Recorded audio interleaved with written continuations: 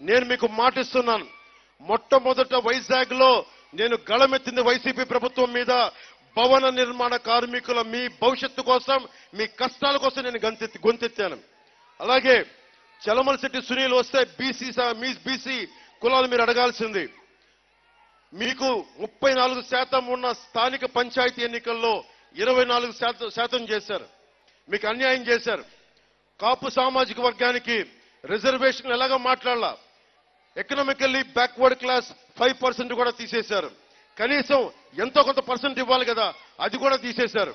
ఇన్ని ఇవ్వని కాడికి వైసీపీ ప్రభుత్వానికి ఎందుకు నిలబడాలి? ఒకవైపు దళితులను డోర్ డెలివరీ చేస్తారు, ఇంకోవైపు భవన నిర్మాణ సంక్షేమ కార్మికుల నిధులు పట్టుకొడతారు, ఇంకోవైపు కాపులకి ఈబీసీ ఇవ్వరు, రిజర్వేషన్ మాట పక్కన ఉంచండి. మరి ఇంకేం ఎందుకు చేయాలి? సాగునీరు ఇవ్వరు, తాగునీరు ఇవ్వరు, రోడ్లు ఇవ్వరు, యువతకు ఉపాధి అవకాశాలు ఇవ్వరు, డిఎస్సి నోటిఫికేషన్లు ఇవ్వరు. 30,000 మంది ఆడపిల్లల్ని మాయమైపోయి అదృశ్యమైపోతే దాని గురించి మాట్లాడే ప్రభుత్వం లేదు, ఇక్కడ నాయకులు లేరు. వీళ్ళందరికీ ఎందుకు ఓట్లు వేయాలి? వంతాల మైనింగ్ ని అడ్డగోలుగా దోచేస్తుంటే ఒక్కడు మాట్లాడే దీని గురించి. అందరూ వాటాలు పంచుకుంటా ఉన్నారు, కొండలకి కొండలే మింగేస్తా ఉన్నారు. మీ భవిష్యత్తుని నిరాశాజనకం నైరాశ్యం చేస్తా ఉన్నారు. మీకోసం నిలబడేవాడు ఎవడు? ఈ రోజున కూటమి ప్రభుత్వంలో మనకి చిత్తూరు జిల్లా నుంచి ఉమ్మడి ఆంధ్రప్రదేశ్ రాష్ట్ర ముఖ్యమంత్రిగా 3.5 సంవత్సరాలు ఉన్న భారతీయ జనతా పార్టీ అభ్యర్థిగా రాజంపేట పార్లమెంట్ నుంచి కిరణ్ కుమార్ రెడ్డి గారు ఉన్నారు. దాదాపు 14 సంవత్సరాలు పనిచేసిన చంద్రబాబు గారు ఉన్నారు. దశాబ్దంగా రోడ్డు తిరుగుతూ ప్రతి కష్టానికి భుజం కాసి ఒరిసిపోయింది నా భుజం. నేనున్నాను మీకోసం. నేను ఇదే చెప్తున్నాను.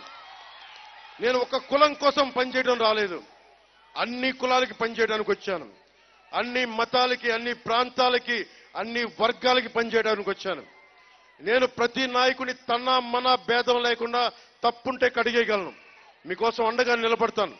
నేను మీకు ఒకటే కోరుకుంటా ఉన్నా, భవిష్యత్తులో మీకు ఉపాధి అవకాశాలు కావాలన్నా, 2047కి మీ భవిష్యత్తు బాగుండాలన్నా, రైతు కన్నీరు పెట్టకూడదన్నా, కార్మికులు పొట్ట కొట్టకూడదనుకున్నా, అన్నిటికంటే మీకు ఉపాధి అవకాశాలు కావాలనుకున్నా, ఇవన్నీ కూడా మేము మీకు అండగా ఉంటాం.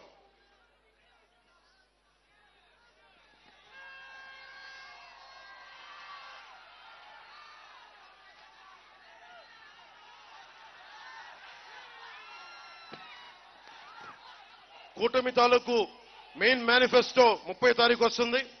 దానిలోపు జనసేన, టీడీపీ, భారతీయ జనతా పార్టీ కూటమి ఏం చేయబోతుందో మీకు తెలియజేస్తాను. సంవత్సరానికి ప్రతి ఆడపడుచుకి 3 గ్యాస్ సిలిండర్లు ఉచితంగా అందజేస్తారు. ప్రతి రైతుకి సంవత్సరానికి 20,000 రూపాయల ఆర్థిక సహాయం.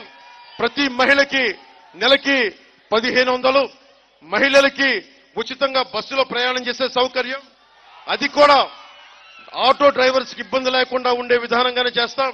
అలాగే పేదల కడుపు నింపడానికి ఎవరైనా సరే ఆకలితో ఎవరు అలమటించకూడదు, వారి కోసం అన్న క్యాంటీన్లు కానీ, వాటితో పాటు డొక్కా సీతమ్మ క్యాంటీన్లని ప్రారంభిస్తాం.